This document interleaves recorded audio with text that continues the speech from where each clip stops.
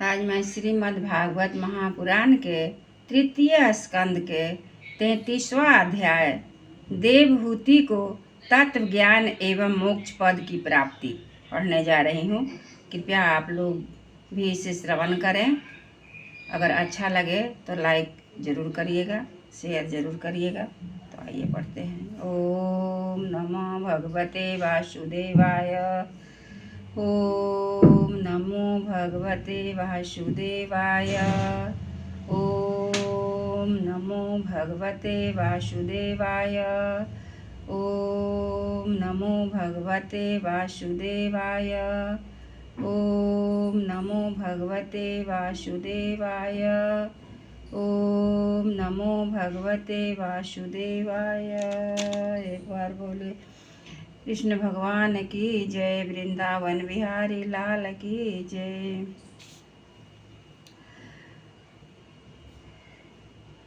मैत्रेय जी कहते हैं, विदुर जी, कपिल भगवान के ये वचन सुनकर कर्दम जी की प्रिय पत्नी माता देवहूति के मोह का पर्दा फट गया और वे तत्व प्रतिपादक संख्या शास्त्र के ज्ञान की आधार भूमि भगवान श्री कपिल जी को प्रणाम करके उनकी स्तुति करने लगी। देवहूति ने कहा, कपिल जी, ब्रह्मा जी आपके ही नाभि कमल से प्रकट हुए थे।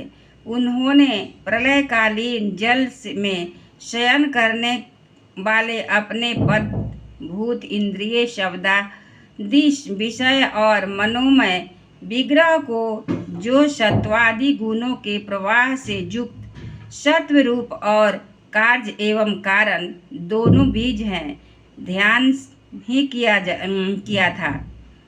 आप निष्क्रिय सत्य संकल्प संपूर्ण जीवों के प्रभु तथा सहस्त्रों औचित्य शक्तियों से संपन्न हैं। अपनी शक्ति को गुण प्रवाह रूप से ब्रह्मा आदि अनंत मूर्तियों में विभक्त करके उनके द्वारा आप स्वयं ही विश्व की रचना आदि करते हैं।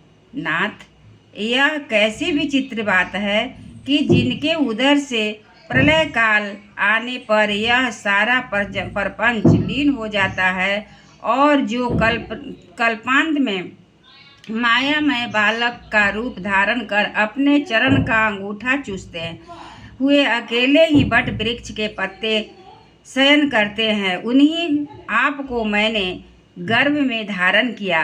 विभो, आप पापियों का दमन और अपने आज्ञा की भक्ति का अभ्युदय एवं कल्याण करने के लिए स्वेच्छा से देह धारण किया करते हैं।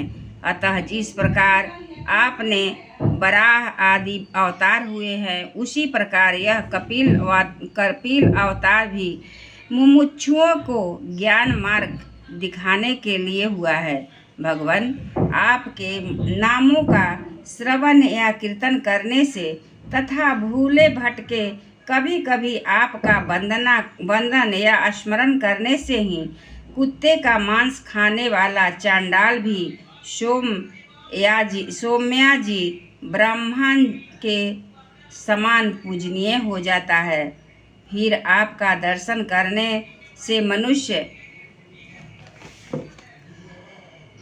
कृत हो जाए, इसमें तो कहना ही क्या है। अहो, यह चंडाल भी इसी सर्वश्रेष्ठ है कि उसकी जिह्वा के अग्रभाग में आपका नाम विराजमान है। जो श्रेष्ठ पुरुष आपका नाम उच्चारण करते हैं, उन्होंने तप, हवन, तीर्थ स्थान, सदाचार का पालन और वेदाध्ययन सब कुछ किया है। कपिल देव जी, आप साक्षात पर ब्रह्म हैं।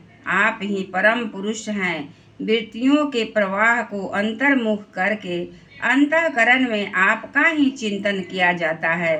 आप अपने तेज से माया के कार्य गुण प्रवाह को शांत कर देते हैं तथा आपके ही उदर में संपूर्ण वेद तत्व निहित है। ऐसे साक्षात विष्णु स्वरूप आपको मैं प्रणाम करती हूँ। मैत्रेय जी कहते हैं, माता के इस प्रकार स्तुति करने पर मातृवत्सल परम पुरुष भगवान श्री कपिल देव जी ने उनसे गंभीर वाणी से कहा। कपिल देव जी ने कहा, माता जी, मैंने तुम्हें यह सुगम मार्ग बताया है, इसका अवलंबन करने से तुम शीघ्र ही परम पद प्राप्त कर लोगी। तुम मेरे इस मत में विश्वास करो।